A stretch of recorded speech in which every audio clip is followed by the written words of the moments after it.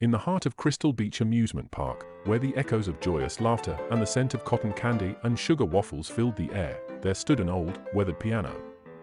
Its ivory keys, though aged, still gleamed under the sun's relentless gaze. This was the domain of charming Charlie, a skeleton with a talent that transcended the ordinary, whose bony fingers danced across the keys with a grace that belied his skeletal form. Charlie was a fixture at the park, as much a part of it as the rickety roller coaster and the spinning teacups. Children would gather around him, their eyes wide with wonder, as he played tunes that seemed to capture the very essence of fun and freedom. Parents, too, would pause in their tracks, letting the music transport them back to their own carefree days. But on one particularly hot day in August, the usual merriment was interrupted by the arrival of an old man with a furrowed brow and a stormy disposition. He stood before Charlie, tapping his foot impatiently. "Play me a song, skeleton," he demanded, one that I would know from my youth. Charlie, ever the entertainer, nodded and began to play. He played the classics, he played the hits, he even played the obscure. Yet, none seemed to satisfy the old man, who grew increasingly irate. "I don't know these tunes." "Play something I know," he shouted, his voice rising over the music.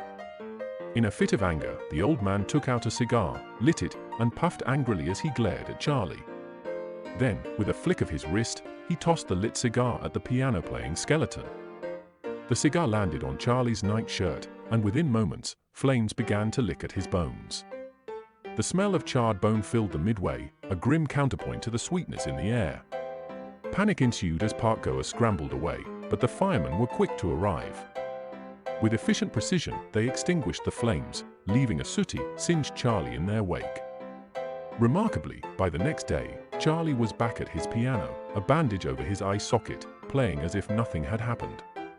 "I play with my hands, not my eyes," he declared when asked about his swift return. And so, life at Crystal Beach Amusement Park went on. Charlie continued to play, his music a testament to his resilience.